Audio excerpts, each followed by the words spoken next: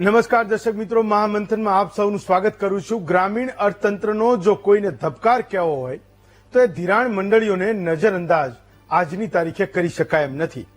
ગામડાઓના હૃદય સ્થાને આવેલી સહકારી મંડળીઓ સ્થાનિક ખેડૂતો માટે સસ્તું બિયારણ, ધિરાણ, ખાતરનું વિતરણ અને પાક વેચાણ સહિતની અનેક સુવિધાઓ માટે રચાઈ હતી। ગામડાઓમાં ચાલતી આ વ્યવસ્થા ખેડૂતોની આર્થિક મુક્તિનું પ્રતીક કહીએ તો પણ સહેજ અતિશયોક્તિ નથી, પણ વર્ષોથી આ જ મંડળીઓ કૌભાંડોના કેન્દ્ર બની ગઈ। ખોટા ધિરાણ, ખેડૂતોના નામે કરોડોની લોન, વધતી રાજકીય દખલ, અધિકારીઓ નેતાઓની મિલીભગત અને એનપીએના પહાડથી લઈને થાપણોની લૂંટ સુધીની એવી કેટલીય ઘટનાઓ આપણે જોતા આવ્યા છીએ। મંડળીઓમાં વધતા કૌભાંડો માત્ર બેંકનો નહીં, ખેડૂતોનો વિશ્વાસ પણ ગુમાવી રહી છે। વહીવટદારો કે સત્તાધારીઓ ખેડૂતોના નામે કરોડોની ઉથલપાથલ કરીને પોતાના ખિસ્સા તો ભરી લે, પણ ખેડૂતોની સ્થિતિ ન ઘરના કે ન ઘાટના એવી થાય છે। સત્તાધારીઓ તો ગજવા ભરીને જલસા કરે અને ખેડૂતોના ખાતામાં બેંક હંમેશા માટે લાલ લીટો લગાવી દે છે। વર્ષો સુધી આ સમસ્યા ખેડૂતોના માથે એ વેતાળની જેમ ભટક્યા કરે છે। આવી સ્થિતિમાં ખેડૂતોને કોઈ દેવદૂત જ ઉગારી શકે। આવો જ એક કિસ્સો છે અમરેલીના જીરા ગામનો, જ્યાં 1990થી ખેડૂતો બોગસ ધિરાણનો શિકાર બન્યા। વર્ષો થયા પણ દેવાદાર ખેડૂતોની સમસ્યાનો કોઈ અંત ના આવી શક્યો। એવામાં ગામના જ ઉદ્યોગપતિ બાબુભાઈ જીરાવાલાએ એ ગામના 290 ખેડૂતોના દેવા ભરીને આખા ગામને એ દેવા મુક્ત કર્યું।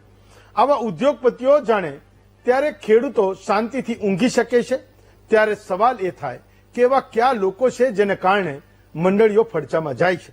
ખેડૂતોના નામે કૌભાંડ કરનારાઓને સજા કેમ નથી મળતી અને કૌભાંડ કરનારાઓ છટકી જાય અને ખેડૂતો ભોગવે એવી સ્થિતિ થઈ કેમ રહી છે, એ જ પર આજનું મહામંથન કરીએ।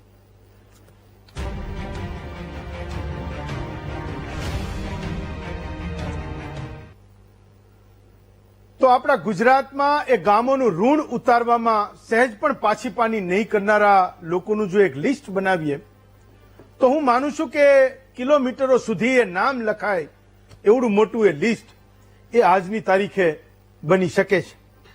એ ગામોમાંથી મોટા થયેલા એ શ્રેષ્ઠીઓ શહેરોમાં કંઈક નાનો મોટો ધંધો કરી રહ્યા છે, તો એ ઈચ્છે છે કે મારા વડવાઓએ જ્યાં સંઘર્ષ કર્યા, એનો પોતાનો જન્મ જ્યાં થયો, એ બાપદાદાની મિલકતો જ્યાં અત્યાર સુધી હતી અથવા છે, એ ગામ નંદનવન બને।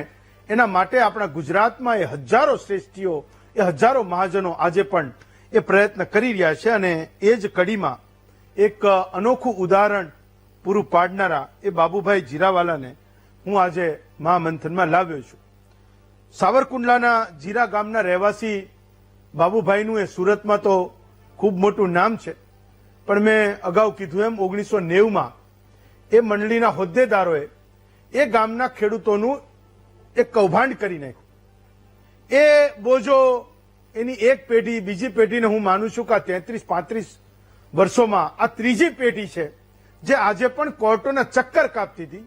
કોઈ પણ પ્રકારની સરકારની સહાય લેવી હોય, એને એ જમીનનો ટુકડો કોઈને વેચવો હોય કે એના ઉપર એને બીજું કોઈ ધિરાણ જોઈતું હોય તો એ ખેડૂતને ના મળી શકે।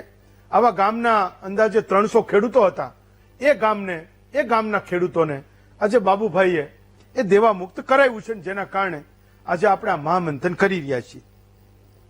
પણ સૌથી મોટો મુદ્દો એ છે કે આપણા ગુજરાતમાં આવી મંડળીઓના કૌભાંડોનું જો તમે લિસ્ટ કાઢો તો ચેરમેન અને સેક્રેટરી આ બંને મળીને એ હજારો ખેડૂતોનું કરી નાખ્યું હશે। કદાચ એ મંડળીઓના એ ફ્રોડના આંકડાઓને જો તમે કેલ્ક્યુલેટરમાં નાખો તો આજે મેં થોડો ઘણો પ્રયત્ન કર્યો, મને મારી પાસે જે કંઈ ડેટા હતો એ 16, 17, 18 એ મંડળીઓનો, પણ હું એ કેલ્ક્યુલેશન એ કરી ના શક્યો અને એટલે હું કહું છું કે આખા ગુજરાતની એ મંડળીઓને જો તમે એને જોડી લો, જે ગામે ગામ જે કૌભાંડો થયા છે, તો હું માનું છું કે કેલ્ક્યુલેટરમાં પણ એ આંકડાઓ સમાય એવી નથી, એવી આ સ્થિતિ છે। અને એવું પણ બને કે એ મંડળીઓને દેવા મુક્ત કરાવવા માટે કોઈ પોતાનો વિચાર પણ કરે, પણ તમે વિચારો કે એવા હજારો ગામ હોય તો એવા કેટલા શ્રેષ્ઠીઓને એ ગામમાંથી કમાયેલા એવા કેટલા લોકોને શોધશો કે જે બાબુભાઈની જેમ એ ગામના ખેડૂતોની દયા ખાય, એ કરુણાના આધારે એ પોતે એના ખાતામાંથી એ પૈસા બેંકમાં ભરી દે કે તમે આ ખેડૂતોના માથેથી બોજો હટાવી દો અને તમે એને દેવા મુક્ત કરો. 1, 2, 5 હોય તો એ બરાબર છે, પણ કેટલાય ગામોમાં એ મંત્રી સેક્રેટરીઓએ કરેલા એ કૌભાંડોના ઉદાહરણો એ આપણી સામે મોજૂદ છે. એક નાનકડું એવું ઉદાહરણ કહું છું. ગયા વર્ષે તમને યાદ હોય તો એ ગીર સોમનાથ જિલ્લાના ગીર ગઢડા ગામના એ સાણાવાક્યા ગામમાં એ દેકારો થયો હતો. મંડળીનો પ્રમુખ હતો, એનો આરોપી, એનો મંત્રી હતો, કમ્પ્યુટર ઓપરેટર હતો અને બેંકનો ઓડિટર હતો. એને 6 કરોડ રૂપિયાનું એ ખેડૂતોનું કરી નાખ્યું હતું. આજે તમે વિચાર કરો કે સાણાવાક્યા ગામમાંથી ખૂબ કમાયેલો કોઈ શ્રેષ્ઠી કે મહાજન એ પોતે ઈચ્છે તો પણ એ 6 કરોડ રૂપિયા એ ગામના લોકોના એ ભરે કેવી રીતે? આજે પણ એ ગામના લોકો એ કોર્ટના ચક્કરો કાપે છે. એ ખેડૂતને હું આજે અહીંયા પણ એ લઈ આવ્યો છું. તો મોટાભાગની મંડળીઓમાં જે ઉચાપત થઈ એના પછી એ બિચારી ખેડૂતની પહેલી, બીજી, ત્રીજી અને કદાચ આપણે જોતામાં 4થી ને 5મી પણ પેઢી હશે જે કોર્ટોના ચક્કર કાપતી હશે. સહકારી એ સંસ્થાઓમાંથી, એ ખેડૂતોની સંસ્થાઓમાંથી ખેડૂતોના નામે એ નેતાઓ બન્યા, એ ધારાસભ્યો પણ થયા, જિલ્લા પંચાયતના પ્રમુખો પણ થયા, સંસદ સભ્યો પણ બન્યા. પણ ધીમે ધીમે ધીમે એ સહકારી સંસ્થાઓ અને મંડળીઓ એ ભ્રષ્ટાચારના સૌથી મોટા એ વિષય તરીકે બહાર આવી રહી છે. આપણે એ પણ જોયું છે અને એવા હજારો ઉદાહરણો છે. આ મહામંથનમાં પણ મેં વાત કરેલી છે ઝાલાવાડ જીનિંગ પ્રેસિંગ મંડળીની, કે એકવાર જ્યારે તમે એ મંડળીના હોદ્દેદાર તરીકે ચાલુ છો ત્યારે તો એનું દોહન કરવાનું જ કરવાનું. તમારા તમામ નાના મોટા ખર્ચા એ મંડળીમાં તમે પાડતા રહો છો. એ મંડળી જ્યારે એ દોહન કરવામાંથી મુક્ત થઈ જાય, એ બિચારી ફડચામાં જાય, તો એ જે મંડળીની મિલકતો છે એ પણ વેચીને એ પોતાનું ઘર ભરવાનું, ખિસ્સા ભરવાના, એમની એ તિજોરીઓ છલકાવવાની, એમની ગાડીઓ બદલાતી રહે, એમના મકાન મોટા થાય, પણ મંડળી બિચારી એ ગરીબ ખેડૂતની એ બિલકુલ મરી પરવારે અને એમાંથી થતો 2 પૈસાનો લાભ પણ એ ખેડૂત બિચારો જોઈ ના શકે. એવા હજારો ઉદાહરણો આપણે ત્યાં છે. તો સહકારી મંડળીઓ એ સક્ષમ બને તો ખેડૂત સક્ષમ બને એ એક બેઝિક વિચાર છે. સરકારની એવી હજારો યોજનાઓ છે. તમે ખેડૂત કિસાન કલ્પવૃક્ષ યોજના છે.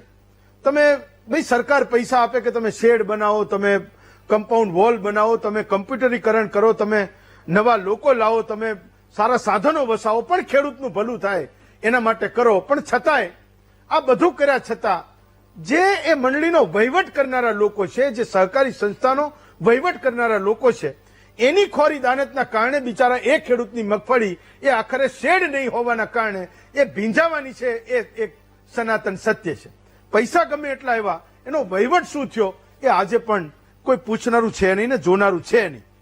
બીજું એક નાનકડું ઉદાહરણ એ પણ કહું છું કે આપણે ત્યાં 2017, 2018 અને 2019 આ 3 વર્ષો એવા હતા અને અત્યારે પણ એ ખેડૂતોને એની પાસેથી ટેકાના ભાવે મગફળી ખરીદવાનું કામ એ મંડળીઓને સોંપાય છે.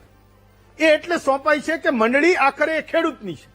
તો મંડળી 2 પૈસા કમાશે તો એ ખેડૂતના ઘરમાં આવશે, એક સભાસદ તરીકે એનું કંઈક ભલું થશે. એ મંડળીને કંઈક ખેડૂત માટે ડેવલપમેન્ટ કરવું હશે, વિકાસ કરવો હશે, તો આ ટેકાના ભાવે જે કંઈ એને જણસીની વ્યવસ્થા કરી છે, ખરીદી છે, એમાંથી એને જે કંઈ મળ્યું છે, ગુજકો માસોલ આપશે, સરકાર આપશે, જે કંઈ મળ્યું છે એ ખેડૂતના હિત માટે વપરાશે.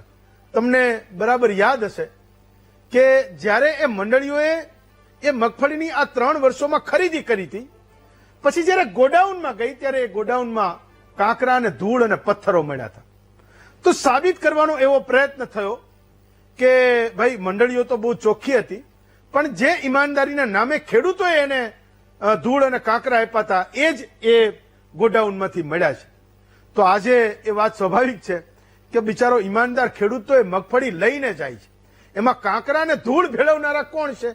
તો એ મંડળીના જે સેટિંગ કરેલા લોકો છે, જે અધિકારીઓ જે આ ખરીદીની વ્યવસ્થામાં જોડાયેલા છે, એ એમાં કાંકરા અને ધૂળ ભરીને એ ગોડાઉનમાં મોકલે છે. ખેડૂતે તો ઈમાનદારીથી એણે પકવેલી વાત એ તમને એ મંડળીને સોંપી હતી અને આજે એ ધૂળ અને કાંકરા ફેરવનારા લોકો ક્યાં છે એ પણ વિચારવાનો એ સૌથી મોટો એ સવાલ છે, મુદ્દો છે. કોથળામાં ભરીને ખેડૂતની આબરૂને નીલામ કરનારા લોકો હું માનું છું કે આજ મારીને તમારી વચ્ચે એ આજે પણ ફરી રહ્યા છે.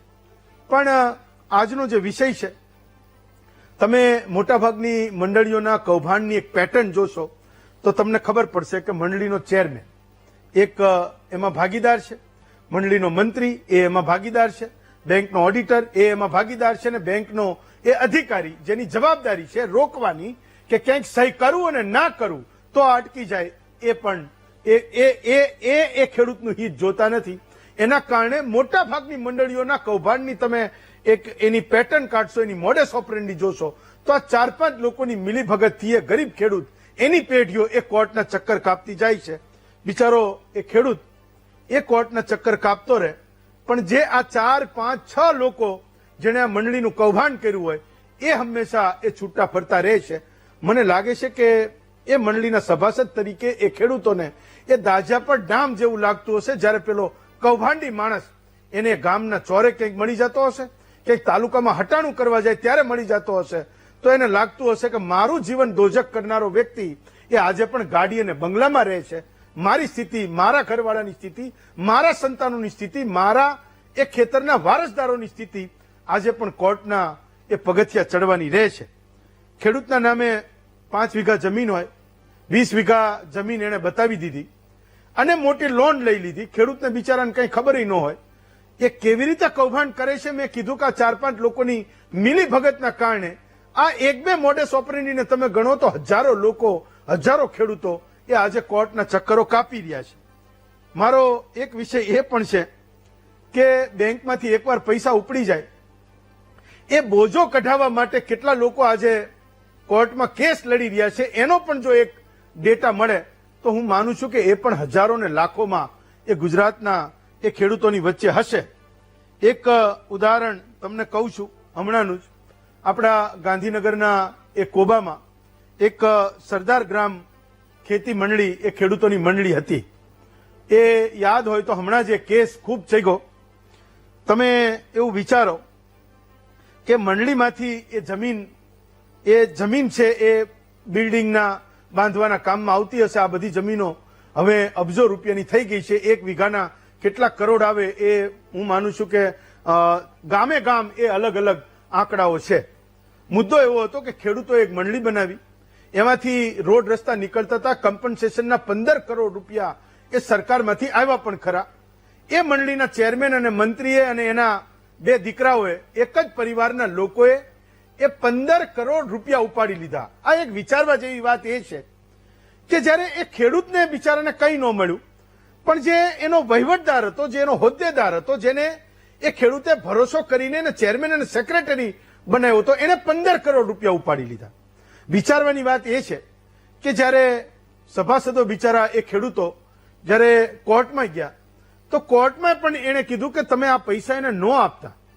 આ એ વિચારવા જેવી વાત છે કે એટલા બધા હજારો વકીલો છે, ખેડૂતોના હામી બનીને ફરતા એ ઘણા બધા લોકો છે, એની સાથે એ એટલી બધી તાલુકાથી માંડીને સુપ્રીમ સુધીની એ કોર્ટો છે.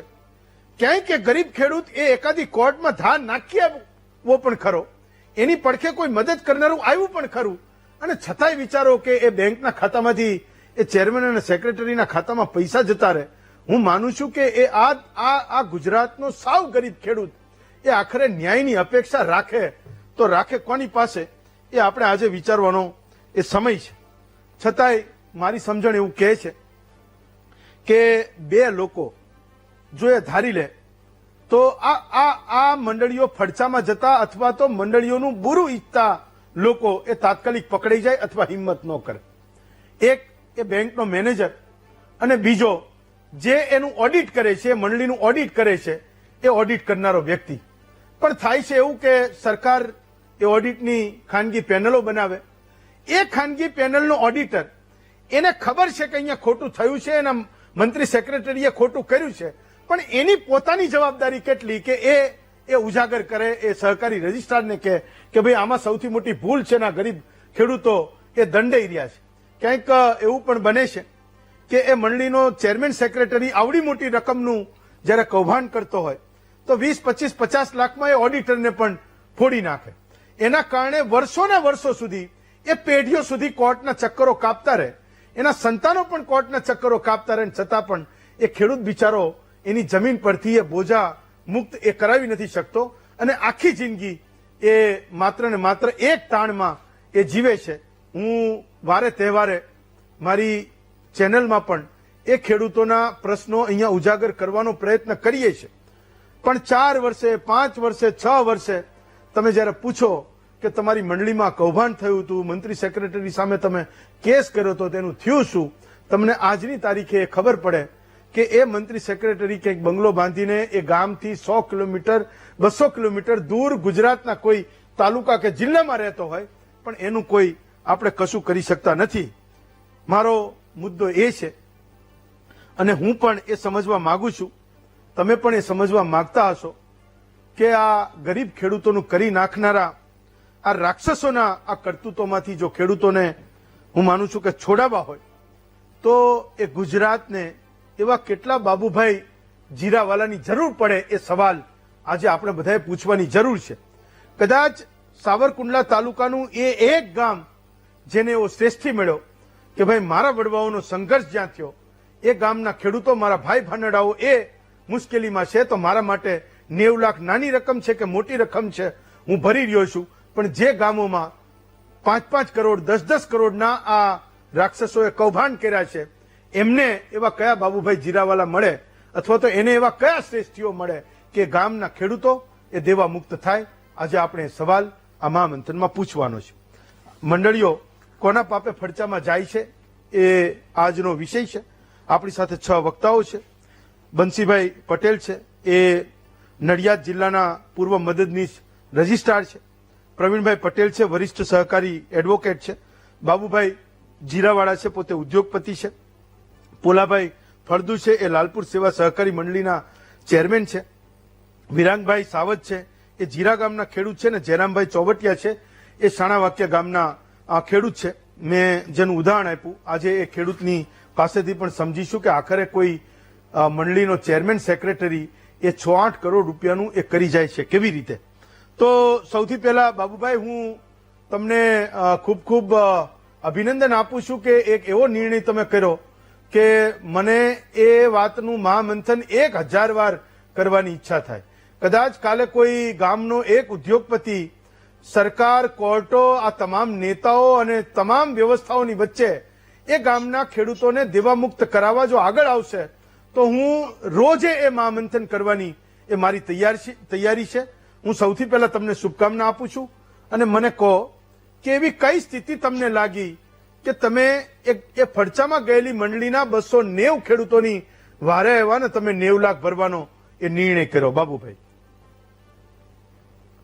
થેન્ક યુ સાહેબ, ખૂબ એક સારા સબ્જેક્ટ ઉપર તમે આ મહામંથન લાવ્યા છો તે બદલ. હું માનું છું ત્યાં સુધી આપની વાત મેં જોઈ સાંભળી, લોકોમાં અને ખેડૂતોમાં જાગૃતિ નહીં હોવાને કારણે અત્યાર સુધીના આ બધા પ્રશ્નો ઉદ્ભવ્યા હોય એવું મને થોડું વધારે લાગે છે. કોઈ પણ વ્યક્તિ સત્તા સ્થાને બેઠા હોય એ તો કદાચ ખોટું કરવાની ગેલસા ધરાવે, પણ ખોટું બનનાર ભોગ જો મારી દ્રષ્ટિએ થોડા જાગૃત રહે તો એમાંથી બચી શકાય છે. છેલ્લા અમે ખાસ કરીને નોટ ઓનલાઈન સિસ્ટમ, વ્યવહારિક સિસ્ટમ, એના કારણે હવે છેતરપિંડી થોડી ઓછી થશે એવું મને લાગે છે. વાત રહી મારા ગામની, તો મારા ગામની મંડળી ભાવનગર જિલ્લામાં પ્રથમ વખત 1 નંબરથી નોંધાયેલી છે.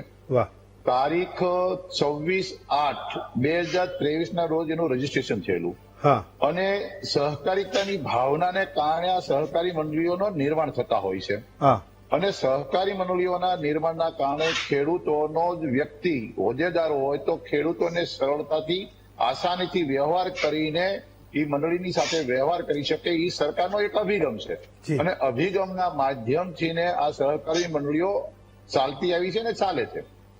મારા ગામની અંદર પણ વર્ષો સુધી ખૂબ તંદુરસ્ત રીતે આ સહકારી મંડળી ચાલી. આજે 102 વર્ષની અંદર 1992 ની અંદર જે તે વખતના વહીવટકર્તાઓ જે હતા એ વહીવટકર્તાઓએ જે રીતે વહીવટ કર્યો અને ખેડૂતો એ વખતે અમારા વિસ્તારોની અંદર અભ્યાસ ખૂબ ઓછો એટલે ભલા અને ભોળા સીધા ખેડૂતો હતા એટલે એના નામે ધિરાણ લીધું. ધિરાણ લઈને વહીવટ બધા ચાલતા હતા. કોઈ દિવસ ક્યારેક કોઈ ખેડૂત નવી સાતબાર ન કઢાવે, કોઈ ખાતું જોવા ન જાય અને રોકડીયો વ્યવહાર હતો. રોકડા લઈ જાઓ, રોકડા આપી જાઓ. ત્યારે બેન્કિંગ સિસ્ટમ જેવી કોઈ પદ્ધતિ કે સિસ્ટમ હતી નહીં. એ સમય અંતર્ગત 1995માં મારા ગામના 2-5 જાગૃત ખેડૂતોના ધ્યાન ઉપર આવ્યું કે ભાઈ આની અંદર ક્યાંક ખોટું થયું છે અને એને બધી ઇન્કવાયરી કરી. ત્યારે આ બધું પ્રકરણ બહાર આવ્યું અને બહાર આવ્યું ત્યારે જે તે વખતે જન આંદોલન પણ થયું, સરકારોમાં રજૂઆતો પણ થઈ અને કેસના કોઠાકબાડા પણ થયા અને સરકારે પણ ખેડૂતોની વહારે આવીને કેશુભાઈ પટેલે એ વખતે એક તપાસ પંચ બનાવ્યું. તપાસ પંચ બનાવીને અધિકારીઓની ટીમ નક્કી કરીને ટીમની અંદર પ્રમુખ મંત્રીની જવાબદારી પણ નક્કી થઈ અને ખેડૂતોએ કેટલું ધિરાણ લીધું છે એ સ્પષ્ટ નક્કી થયું. પણ આપણા દેશના કાયદા અને બંધારણની જોગવાઈઓ અને ખાસ કરીને સહકારિતા કાયદાઓ જે છે એની અંદર બહુ ઓછી એવી જોગવાઈઓ છે કે આની અંદર સજાઓ થાય. કારણ કે આની અંદર વધીને કૌભાંડ કરનારા લોકોની મિલકતો ટાસમાં લેવામાં આવે અને ટાસમાં લીધા પછી એમાંથી ને વસૂલાત કરીને ખેડૂતોને એનું ચૂકવવામાં આવે એવી મોટા ભાગની અસર હોય છે. મારા ઘટનામાં અંદર પણ એવું જ થયું કે ભાઈ સરકારની સૂચના અન્વયે કેસ વસૂલાત માટેનો થયો, પણ કાયદો અને લાગણી બહુ અલગ વસ્તુ હોય છે. કારણ કે કોર્ટ હંમેશા કાયદાની અંદર દસ્તાવેજ અને ડોક્યુમેન્ટને માનતી હોય. એ ડોક્યુમેન્ટની અંદર જે ખેડૂતોએ જે તે વખતે પોતાની સહીઓ કરેલી, પોતાના અંગૂઠા મારેલા, ભલે કોરામાં માર્યા હતા, પણ એ માત્ર લાગણીથી માર્યા હતા, એક વિશ્વાસથી માર્યા હતા. પણ એ અમરેલી કોર્ટની અંદર જે જજમેન્ટ આવ્યું એ ખેડૂતોની વિરુદ્ધમાં આવ્યું અને બેંકની વસૂલાત માટેની જે દલીલો હતી જે તે વખતે બેંકે વસૂલાત માટેની દલીલો કાશી કરી અથવા તો જે રીતે કરી મારો ઈશ્વર જાણે, મને ખબર નથી. પરંતુ એ કેસ મંડળી હારી ગઈ વસૂલાત માટેનો અને આજની તારીખે હાઈકોર્ટની અંદર કેસ પેન્ડિંગ છે. 30 વર્ષના આ ઘટનાક્રમનો હું સાક્ષી હતો. ખેડૂતો તમે આપ જે રીતે વાત કરી એ રીતે દરેક જગ્યાએ દુઃખી થતો હતો. એના 7/12માં બોજો પડવાના કારણે એ 7/12ની અંદર ભાઈ ભાગનું જયારે વિભાજન થાય, વિભાજન નહોતું થતું, નવું ધિરાણ નહોતું મળતું. સરકારની કોઈ પણ પાક વીમા સહિતની યોજનાઓ આવી હોય એ લેણા બાકીના કારણે સીધી જમા થતી હતી અને ખેડૂતો લાભથી વંચિત રહેતા હતા. અને હું જયારે ગામની અંદર જતો હતો ત્યારે મારા ગામના વડીલો મને સહજ ભાવે કહેતા કે બેટા આનો તો હવે કઈક ઉકેલ લાવ. અને એના જ કારણે મારા મનની અંદર એક એવી ભાવના હતી કે ભાઈ આ કાયદાને આટીઘૂટીની અંદર ક્યારે ખેડૂતોને ન્યાય મળશે, કેવી રીતે મળશે નક્કી નથી.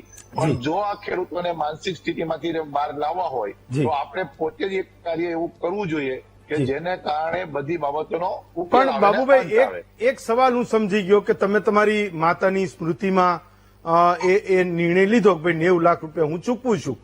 પણ હું એટલે મે બી મને ખબર નથી અને હું આ અંગત સવાલ પણ નથી પૂછી રહ્યો, પણ હું તમારો મત જાણવાનો પ્રયત્ન કરું છું. જયારે એક પગલું તમે ભરી ચૂક્યા છો, મેં એવું કીધું કે ઘણા બધા આંકડાઓને હું જોઉં છું તો કેટલાય ગામોમાં 5 કરોડ, 7 કરોડ, 10 કરોડ, 15 કરોડ સુધીની ઉચાપતના કેસ છે.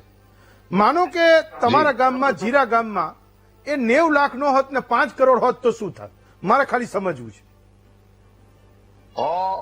જે તે વખતે જો આપણે ગણતરીને કેલ્ક્યુલેશન કરવા જઈએ તો 92ની સાલના ધિરાણનો આંકડો તે વખતે 92 લાખ રૂપિયા હતો અને 30 વર્ષની અંદર એના વ્યાજ, એના ભથ્થા, એની વહીવટી ખર્ચ એક કરવા જઈએ તો ઓલરેડી 5 કરોડ થી વધી જ જાય એમ છે.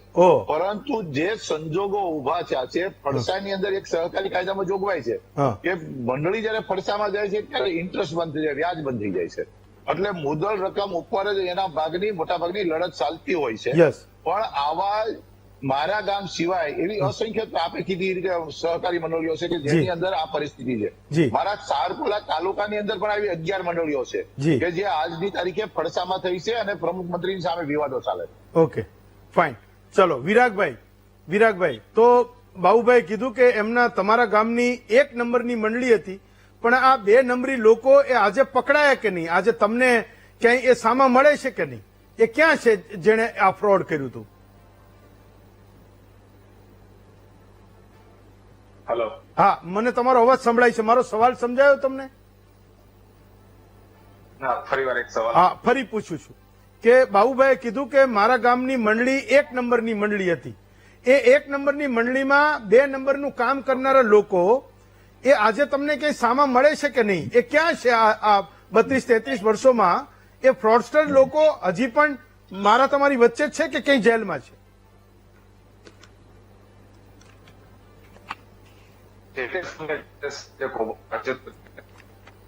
પ્રમુખ છે, મંત્રી છે, હજી અમારા જીરા ગામમાં જે તે સમયે આખું કૌભાંડ હતું. એની સામે કાયદાકીય લડત જે તે સમયે ગામના લોકોએ ઉચ્ચસ્તરીય કરી અને કેસ બી જેમ બાબુભાઈ વાત કરી એ રીતે અમરેલી જિલ્લા કોર્ટનો ચુકાદો ખેડૂતોના વિરોધમાં આવ્યો. પછી અત્યારે એ કેસ હજી હાઈકોર્ટમાં લડત ચાલુ છે. એટલે મૂળ બધી સમજી ગયો. 32 વર્ષથી હજુ પણ એ લડત ચાલી રહી છે. કોર્ટ હાઈકોર્ટમાં છે. હવે 90 લાખ ભરી દીધા તો એ કોર્ટ પણ મને લાગે છે કે એ કેસ હવે તમારો વિડ્રો થશે. હું આખી વાતને સમજ્યો છું. ભાઈ જયરામભાઈ આપણી સાથે છે કે થોડી વાર રહીને જોડાશે? ફાઇન, ચલો થોડી વાર રહીને જોડાશે. પ્રવીણભાઈ, મારો એક મુદ્દો એવો હતો કે હું એવા કેટલાય કેસીસને જોઉં છું. વારે તહેવારે સરકારો એ મંડળીઓને બેઠી કરવા માટે પૈસા આપે છે.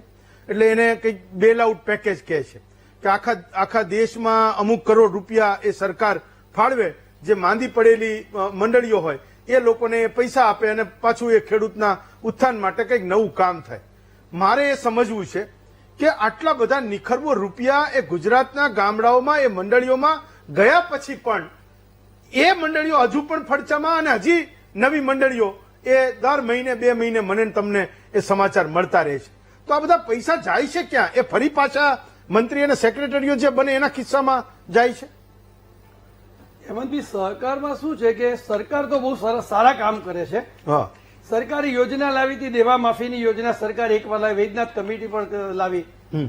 દેવા માફીની યોજનાની અંદર હું જેટલા કેસો લડતો હતો જે મંડળીઓના, મોટા ભાગની મંડળીઓમાં દેવા માફીની યોજનામાં બધા કેસો બંધ થઈ ગયા. કારણ કે સરકારે પેકેજ આપે, એ પેકેજો મંડળીઓને મળી ગયા અને બધા ખેડૂતોના ખાતે પૈસા જમા થઈ ગયા. અને મંડળીઓ પાછું નવેસરથી બધી બેંકોને, કારણ કે બેંકોના પૈસા હતા, બેંકો એમાં એગ્રી થઈ અને બેંકોને પૈસા મળી ગયા એટલે નવેસરથી પાછી નવી પ્રોસેસ શરૂ થઈ, નવું ધિરાણ અને નવેસરથી મંડળી ચલાવવાની. હવે માણસો તો એના એ જ રહ્યા. સરકારે પૈસા આપી દીધા, ખેડૂતોના દેવા માફ થઈ ગયા, પાછા માણસો તો એને રહ્યા, પાછું નવેસરથી આ ચક્કર ચાલુ થયું. આ બધાનું મૂળ પાપ જે છે ને હેમંતભાઈ, એ પાપ એવું છે કે ઓડિટ વિભાગ જે છે, બેંક 2 ઓડિટ થાય છે, એક સરકારનું ઓડિટ થાય છે અને એક બેંકોનું ઓડિટ થાય છે. બેંકોના ઓડિટની અંદર બેંકના અધિકારીઓ જો આ વસ્તુ ધ્યાન રાખે કે જે ધિરાણ થયું છે, ધિરાણ પ્રોપર થયું છે કે નથી થયું, તો 80% પ્રોબ્લેમ સોલ્વ થઈ જાય. પ્રાઇવેટ ઓડિટની અંદર તો હમણાં વરી સરકાર પાસે માણસો જ નથી, એટલે સરકારે પ્રાઇવેટ પેનલો બનાવી છે. આ પ્રાઇવેટ પેનલની અંદર જે લોકો બેંકના રિટાયર્ડ ઓફિસરો હોય એ બધા લોકો આમાં જઈને અરજી કરે અને એમને પેનલમાં લઈ લેવાના અને એમને ઓડિટ સોંપી દેવાનું. એમને ઓડિટનો નથી આવડતો સાહેબ, એમને વાઉચર જોતા નથી આવડતું. આવા લોકો કરોડો રૂપિયાનો ઓડિટ કરે છે અને એના રિપોર્ટ સરકાર ડિપાર્ટમેન્ટને આપે છે, સરકાર એને ફાઇલ કરીને મૂકી દે છે અને પછી એ કૌભાંડો 5, 10, 15 વર્ષે બહાર આવે છે. ત્યારે કદાચ ઓડિટર હોય પણ ખરો, ના પણ હોય, કારણ કે રિટાયર્ડ ઓડિટર હોય છે, આવ્યો હોય છે. ઓડિટની સિસ્ટમ બહુ સારી મૂકી છે પણ એનો મિસયુઝ એટલો બધો છે કે એની કોઈ હદ નથી, કોઈ જવાબદારી નથી. આવા રિટાયર્ડ માણસોની જવાબદારી શું? ઓડિટર તરીકે એને જવાબદારી પેનલમાં લો તમે, એ ઓડિટ રિપોર્ટ કરીને આપે તો એની લાયબિલિટી શું? એને સાચું ઓડિટ કર્યું, ખોટી ઓડિટ કર્યું, એની કોઈ જવાબદારી નથી, જેના કારણે આખી સિસ્ટમ બોધી થઈ ગઈ છે. જો ધિરાણ થાય, હવે જો કે સાહેબે હમણાં કીધું એમ સિસ્ટમ બહુ સારી થઈ છે. પહેલા તો વાઉચરથી પેમેન્ટ થતા હતા એટલે આ સહીઓના બધા પ્રોબ્લેમ હતા. પછી જયારે હું એડીસી બેંકમાં વકીલી હતો ત્યારે અમે આ લોકોનું ધ્યાન દોરેલું, ભાઈ આવા બધા કેસો બને છે એટલે આપણે ઓનલાઈન પેમેન્ટ કરો, એમના ખાતામાં પેમેન્ટ આપો, ચેકબુક થી કરો.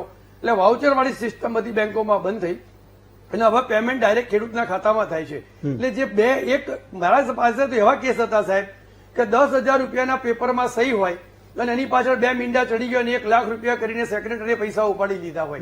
ખેડૂતને તો જયારે ખબર પડે ત્યારે એને 5 લાખ થઈ ગયો કે મેં તો પૈસા લીધા જ નથી, મેં 10,000 લીધા હતા. હવે એને 5 લાખના આવા બધા બહુ કેસો થયા સાહેબ. પણ સરકારની દયા અને સરકારની ખેડૂત પરની હમદર્દી કે ખેડૂત માફી યોજનાની અંદર ઘણા બધા ખેડૂતોને રાહતો મળી. પણ હજુ પણ જે સિસ્ટમ છે એ સિસ્ટમમાં આજે હું તમારી પાસે પેનલમાં આવ્યો છું તો મારી ફરજ જવાબદારી એ છે કે આપણે કહેવું પડે શું કરવું જોઈએ. મારી સરકારને વિનંતી છે, સહકાર ખાતાને વિનંતી છે સહકારી મંત્રી અમિતભાઈને વિનંતી છે કે ઓડિટ સિસ્ટમ થોડીક વ્યવસ્થિત બનાવો, એમાં ક્વોલિફાઈડ લોકોને મૂકો અને ઓડિટની જવાબદારી ફિક્સ કરો તો આમાંને 80% પ્રોબ્લેમ ઓછા થઈ જશે. જ્યાં સુધી આ સિસ્ટમ તપાસની સિસ્ટમ પોલી હશે ત્યાં સુધી આમાં કોઈ સાહેબ આમાં કશું થવાનું નથી.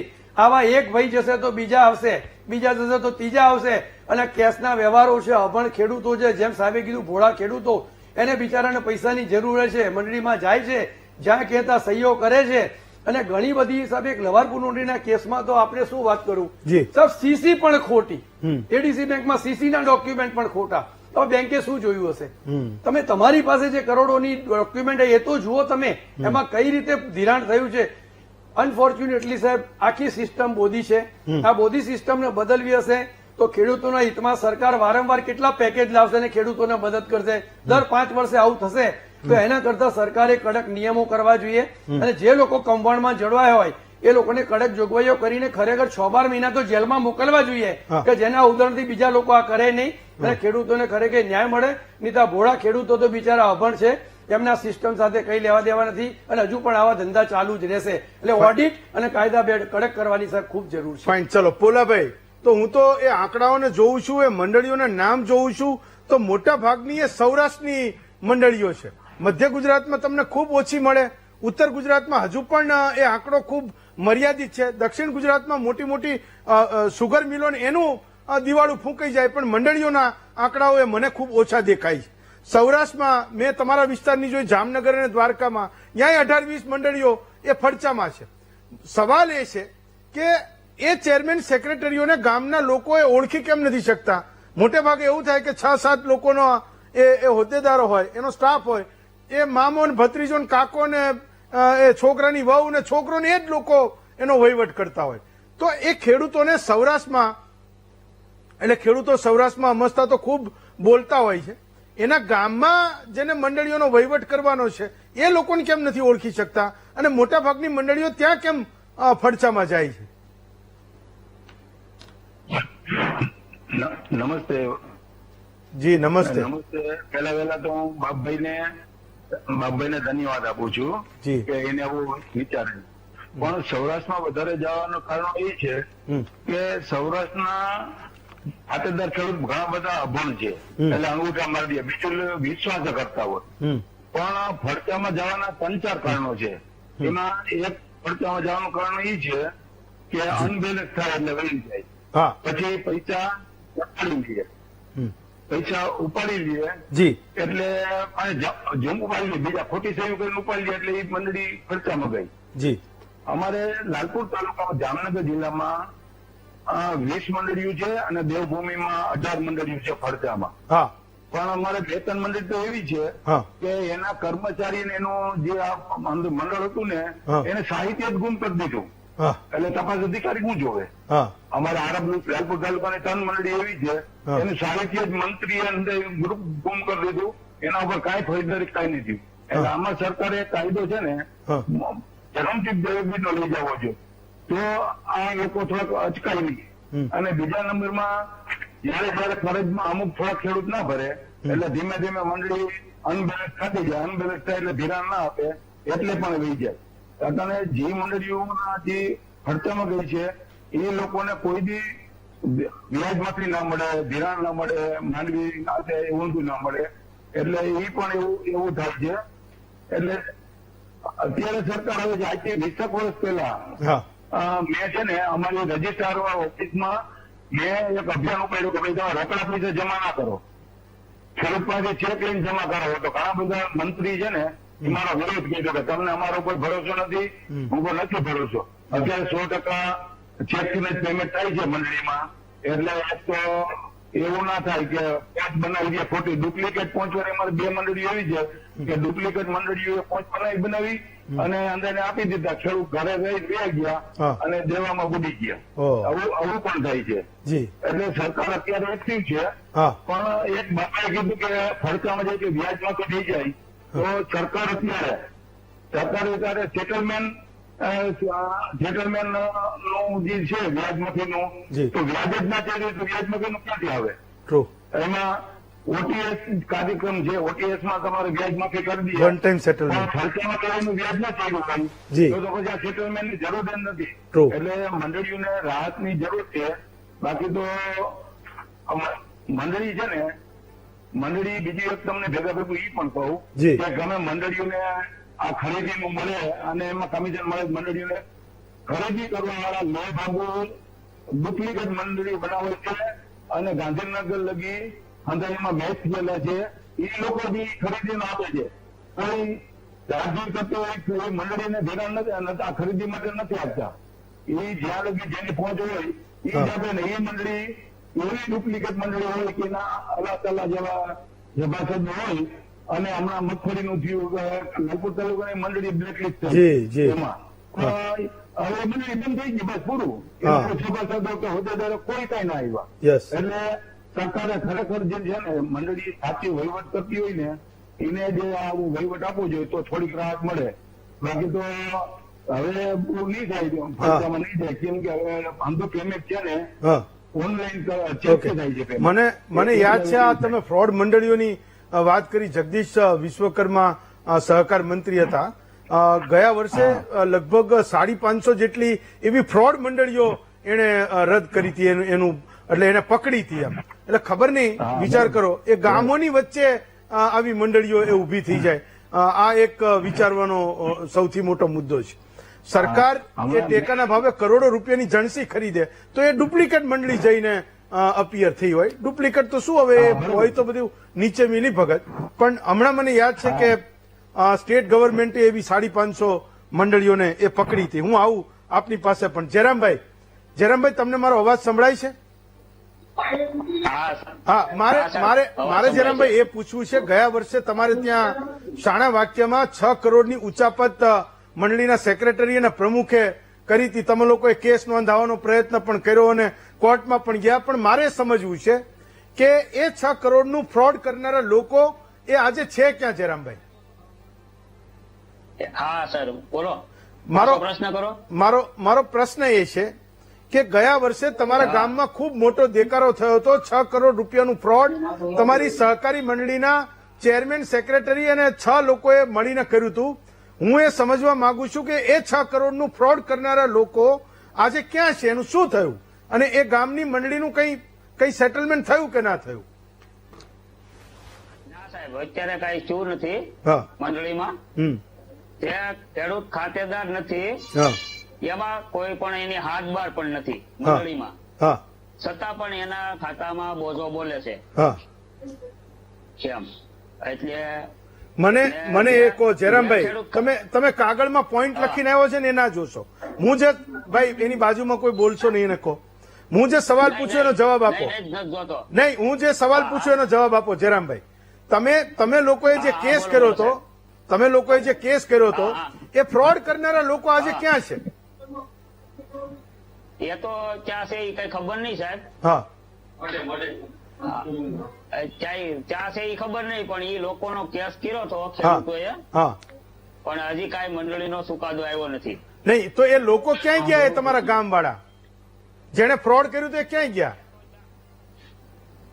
એ તો એ ચા છે એ કઈ ખબર નથી, ગામમાં છે નહીં. અચ્છા, પોલીસ શોધે છે એને? હા, એમાં પોલીસે એને પકડ્યા હતા. હા, 10-15 દિવસ રાખી અને જામીન માથે છૂટી ગયા. એટલે છૂટી ગયા. એટલે અત્યારે કોઈ જગ્યાએ મેં કીધું એમ કે તાલુકા જિલ્લા સેન્ટરમાં એ બંગલો બનાવીને રહેતા હશે. કદાચ ટીવી ઉપર તમારી પોતાની કંઈક મજબૂરી પણ હશે. ફાઇન. બંસીભાઈ, એક સવાલ મને એ થાય, જે મેં શરૂઆતમાં પણ કીધું અને મારી એવી સમજણ પણ છે કે માનો કે જિલ્લા રજિસ્ટ્રાર એકવાર એ ધ્યાન રાખે કે આ મંડળીમાં જે ઓડિટ થઈ રહ્યું છે એ ઇન ટાઈમ ઓડિટ થાય અને સાચું ઓડિટ થાય તો આવા લોકો પકડાય કે ન પકડાય? બહુ જ સારી રીતે પકડાય, તરત જ પકડાય. અને ઓડિટની જે પદ્ધતિ છે એમાં મેં તો વર્ષો સુધી આ રીતે કામ કરેલ છે. એમાં એક પદ્ધતિ એવી છે કે દરેક ખેડૂતોને શક્ય હોય તેટલા ઓડિટ વખતે હાજર બધાના જવાબો લેવામાં આવે છે કે તમે કેટલી લોન લીધી હતી, તમારી મુદતથી બાકી હોય તો તમારે ભરવાની છે કે કેમ, એવું એક કબૂલાત પત્ર મંગાવવાનું હોય છે.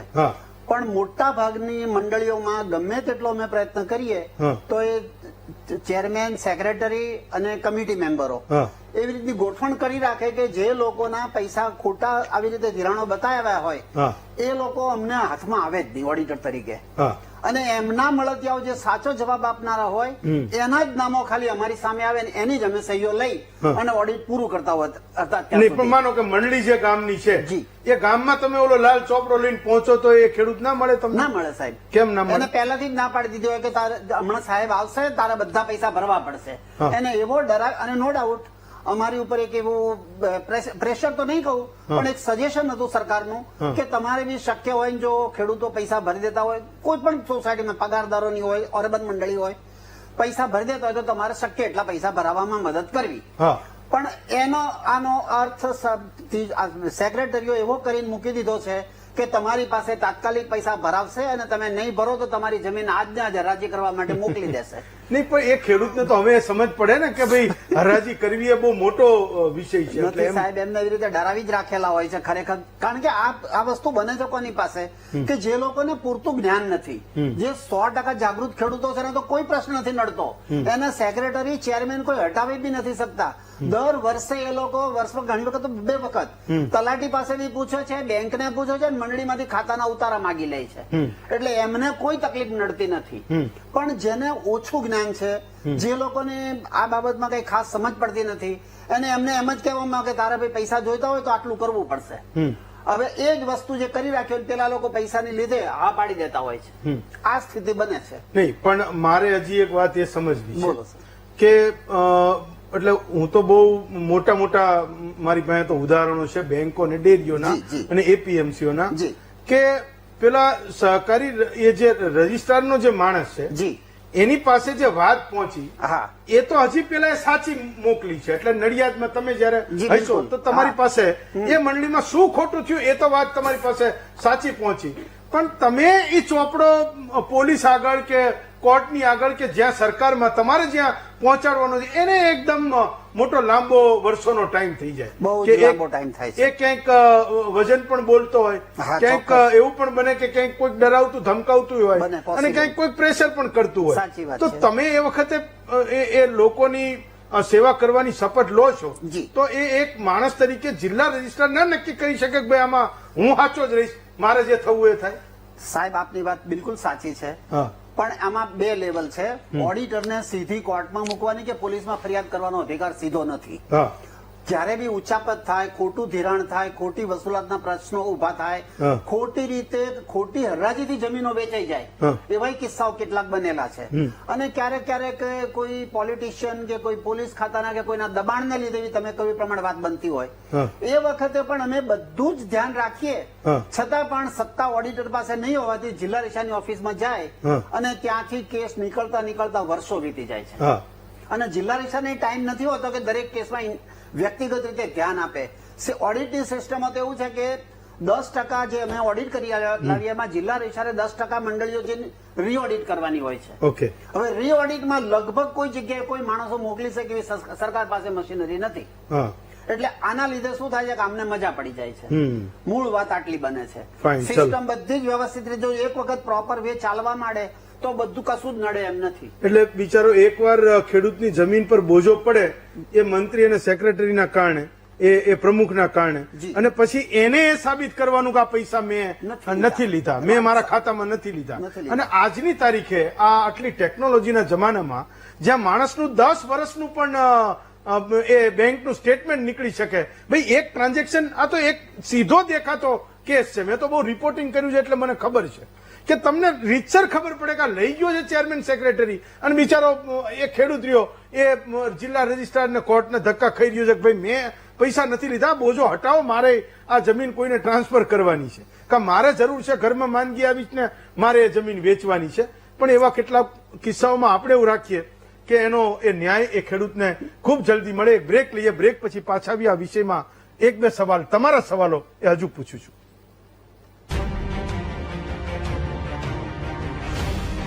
બ્રેક પછી સ્વાગત છે આપનું મહામંથનમાં. બાબુભાઈ, એક મુદ્દો તો એ છે કે ગામના, તમારા ગામના, એટલે હવે તો એ મંત્રીને પ્રમુખો જે કંઈ કરી ગયા, પણ એ તમારા ગામના એ યુવાનોને હવે સમજાવજો કે તમારે ભાઈ આમાં રસ લેવો પડશે. હવે તો ગામે ગામ ભણેલા ગણેલા એ ઘણા બધા યંગસ્ટર્સ છે, મોબાઈલમાં એમની પાસે ઘણું બધું કામ હોય છે, પણ છતાંય આવી કોઈ પ્રવૃત્તિમાં એને ગામડે જઈને એક તો રસ લે. બીજો એક સવાલ એ હતો કે આ લોકો 60% પૈસા ઉપાડે ને વાર્ષિક 24% એ ગામમાં વ્યાજે ફેરવતા આવા મંત્રી સેક્રેટરીઓ કે પ્રમુખો કે સહમંત્રીઓ એ પકડાય તો કેવી રીતે પકડાય?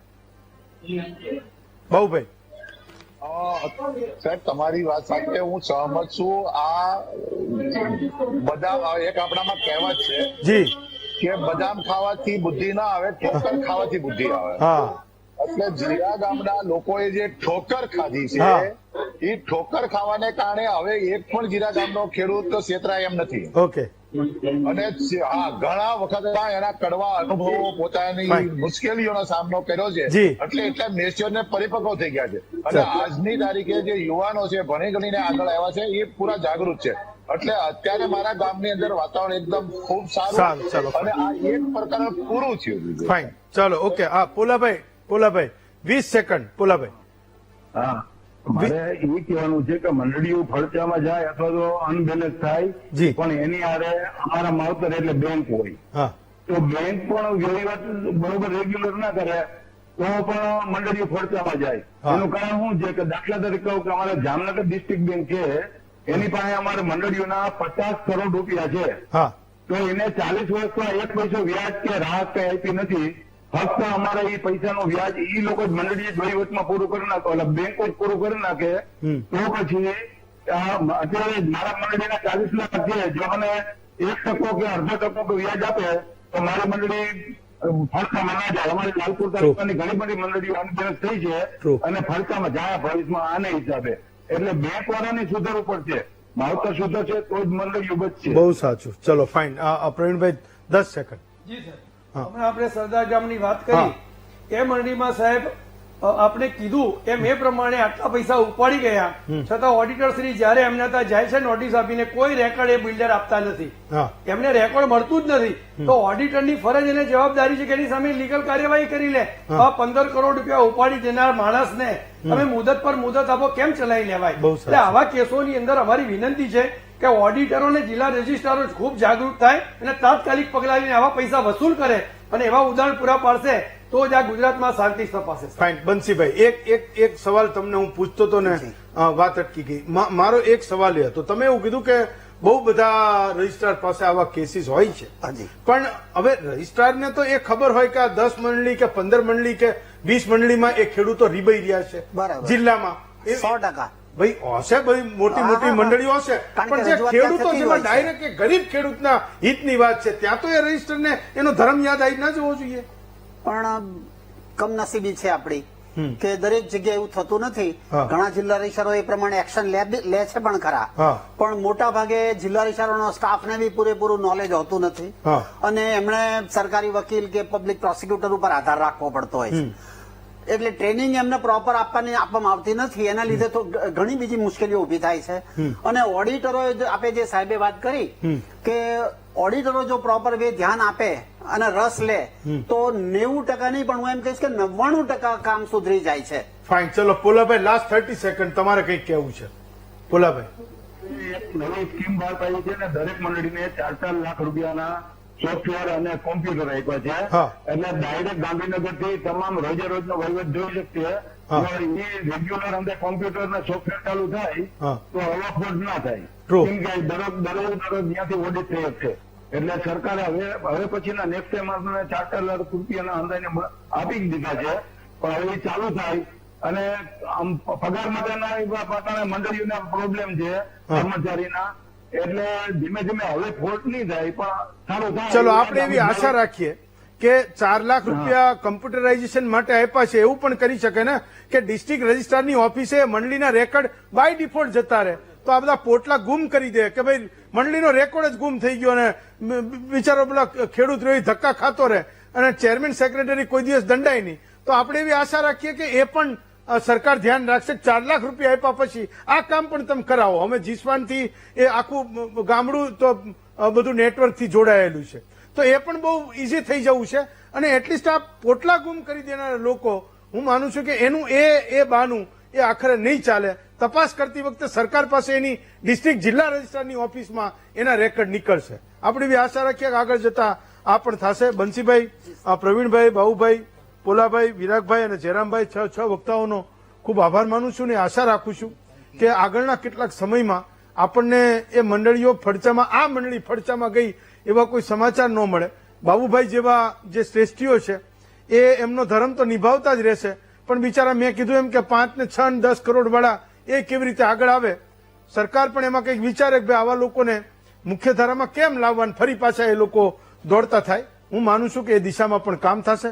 મને આજે રજા આપશો. આવતીકાલે વધુ એક નવા વિષય સાથે ફરી મળીશું.